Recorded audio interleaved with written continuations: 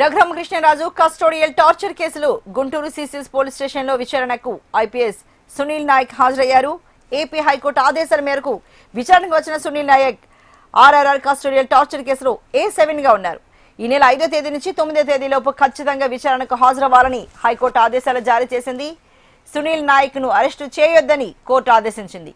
చట్టానికి లోబడే సునీల్ నాయక్ ను విచారించాలని ఆదేశాలు కూడా జారీ చేసింది హైకోర్టు.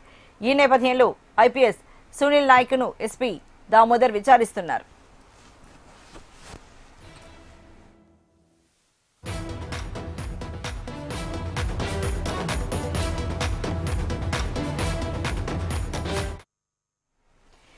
రఘురామకృష్ణరాజు కస్టోడియల్ టార్చర్ కేసులో గుంటూరు సిసిఎస్ పోలీస్ స్టేషన్లో విచారణకు ఐపీఎస్ సునీల్ నాయక్ హాజరయ్యారు.